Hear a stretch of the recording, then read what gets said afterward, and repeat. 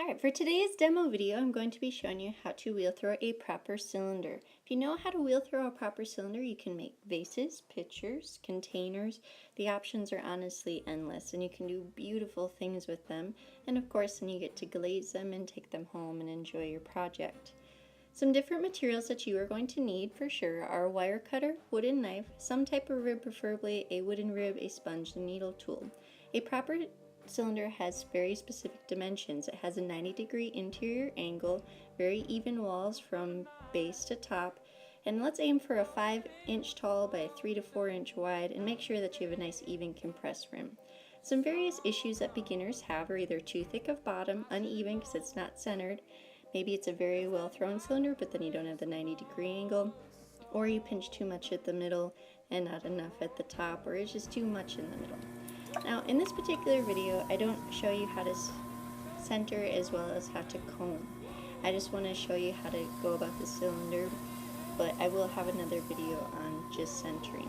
So once I'm centered, make sure that you double check that the top and the base are centered. Before I go in to actually open, I want to add a little bit of water, and I want to make sure I go in nice and confident. Once I reach where I think is the appropriate thickness at my base, so approximately the width of my pinky, I want to drag that right thumb out to about 3 o'clock, if you want to think of this is like a clock. Drag it nice and flat, kind of squeezing between my thumb and the rest of my hand. Now to check the base, because I want to make sure that it's not too thick, I just place my needle tool in, place my finger right at the floor, hold it there, and then I can check to make sure it's proper thickness. If it isn't, then I just go back in with my thumb, push a little bit harder, kind of going back and forth, and make sure my floor is nice and flat. If it's too thin, keep practicing, that's okay, but just make sure that when you have one that you want to keep, that you make sure that it has a decent thickness. When I create that, or when I check that depth, I want to make sure too that I seal it, so I use my sponge and move it kind of back and forth. So let's think of this like a clock. So when you start doing your pulls, so how you're creating the walls, you want to make sure you're at about 4 o'clock. So kind of on my right side here, and I'm going to place that interior middle finger of my left hand right in that crevice, and I'm going to kind of push together with my sponge of my right hand and the middle finger, kind of squeezing together at that base as far below as I can get, so I create this little donut ring that's spinning around. And then I'm going to keep lifting that and gradually tapering off my pressure just a little bit, just to make sure I'm not pinching too much at the center. And then I always come up on top and I compress my rim. If you don't compress your rim, you could get a crack. If you don't compress your base, you could get a crack. So compression and wheel throwing is very important, that while you're doing your pulls, you typically are going to be doing compressions. So again, just going down, you don't typically do one pull to finish a project, especially as a beginner. So just grabbing a little bit of that clay, pulling up, and then again compressing my rim after. So I just kind of support with my left hand using my middle finger and my thumb as I'm showing, and compressing either with my right hand finger right on the top, or even using my sponge. And then usually when I finish it off, when I'm all done, I'll even try to round it out. Periodically I'll take out some of the extra water that's in the base. If you're finding that you struggle, make sure that you have a little bit of water in the inside, otherwise it could get too dry and you could tear. So in the top left hand corner here, I'm just kind of showing what my hands look like so you can see what it kind of looks like in the inside. So again, just kind of creating that ring, pulling that up, really making sure, evening that out, and kind of pulling straight up towards my nose. I typically hover right over my project so I can see the interior and feel like I'm truly in control. If you notice my hands aren't moving, if I feel like my hands are getting pulled, I'll put a little bit of water just in the inside. Alright, at this point I'm going to measure my cylinder. To get really good at throwing cylinders, you want to kind of challenge yourself for a specific dimension. So I'm going for 5 inches tall to about 3.5 inches wide. So that's kind of where I've decided I want to go. Some people go for a foot. This is a good place to start, especially for beginners. Alright, so I'm going to push out a little bit with my middle finger to make sure that it's not too skinny on the inside, pulling straight up.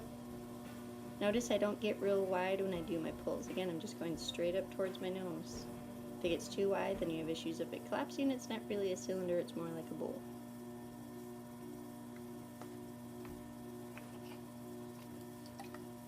Alright, the next tool that I'm going to grab is a wooden rib. I'm using the flat side of the wooden rib. I'm using my left hand and pushing up against that rib, and I'm cleaning up some of that extra slip. So I want to make sure I have a nice straight cylinder. Don't want it to be too skinny at that base. I want it to be about the same size from base to top. Just clean it off periodically. I'm going to measure again. Not quite to the 5 inches, so I want to go just a little bit taller. I have a little bit of thickness that I can pull up. As you get better with throwing, you'll find that you're more confident in throwing thinner. Sometimes it gets a little scary at first, but just bear with it, check your work, and you'll get really good at it. Alright, so it's pulling up. If you start to get a little wide, you can always go back and pull it back in just a little bit, but don't go too wide. Right, again, just little pulls, but those little pulls can add that little bit of extra that you need.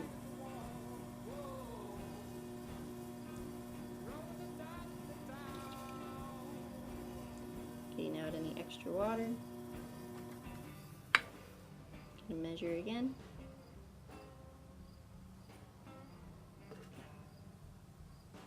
Alright, that's where I want to be.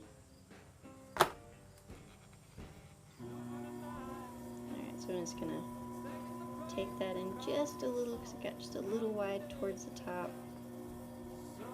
Periodically I'll just put my fingers over. I'm not doing a pull, I'm just checking to see how thick it is.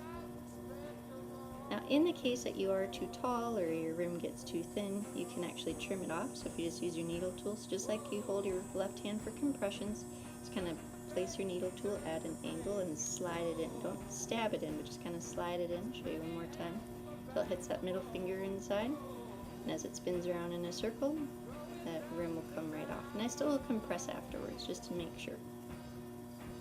A second way, if that's a little scary, because sometimes for beginners that can get a little scary, I can take my wire cutter and just kind of hover at about 3 o'clock and pull it up that way. That does work. I do find that using the needle tool is a little bit cleaner, but if you want a safe place to start, that's a safe place. And I only hover over the one side, not both sides, otherwise you're going to wreck your cylinder. Again, compressing, kind of rounding it off. I especially for cups don't like real square edges. It's not very comfortable to drink out of, so I kind of get in the habit of just most of my forms softening up a little bit. Some people use chamois or plastic, but for beginners we tend to forget where those things go. This works. So I'm going to use my wooden knife and I cut in at the bottom. So I start with it angled towards my form, then I flip it around, scrape off any excess, and I'll flip it back towards the form. So that way it's not too thick, but I shouldn't rely on that. That's just any little excess because when I spun, I'm just kind of rounding it off. I'm going to go in with a rib. When you throw, it gets really, really wet on the outside, and you get a lot of this wet clay. We like to call it slurry. I'm going to scrape that excess off, so that's going to keep it from drying, and you're going to get really stuck to the bag.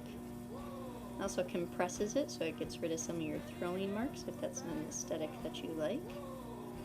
Again, going back to my rim, cleaning that up.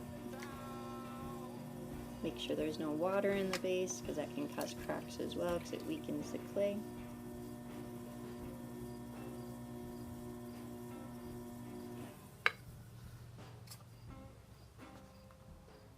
Alright, one last check. Looks good.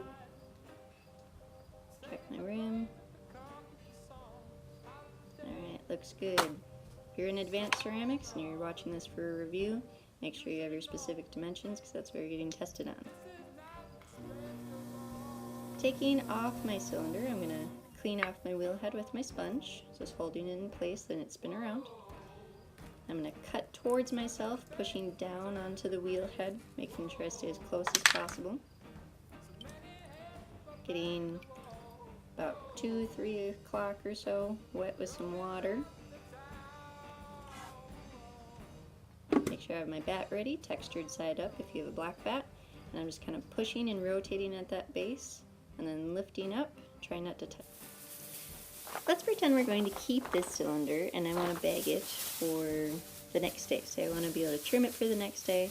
I want to make sure that I have a thinner plastic bag, not a super thick one. I have it on a bat already, and I want to make sure I kind of push down just slightly on the rim, but making sure air can reach the bottom, because most likely the bottom is going to be the thicker part and the rim is going to be the thinner part, so I want to preserve those so they dry to leather hard.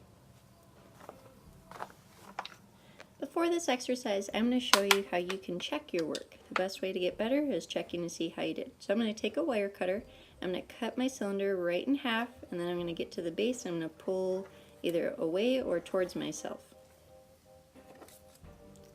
By doing this, you'll be able to see, based off my diagram here, how you actually did. You can see what your angle is, you can see if your walls are even thickness, because until you actually get used to doing this and know what you're looking for, it's hard to really know. Happy throwing!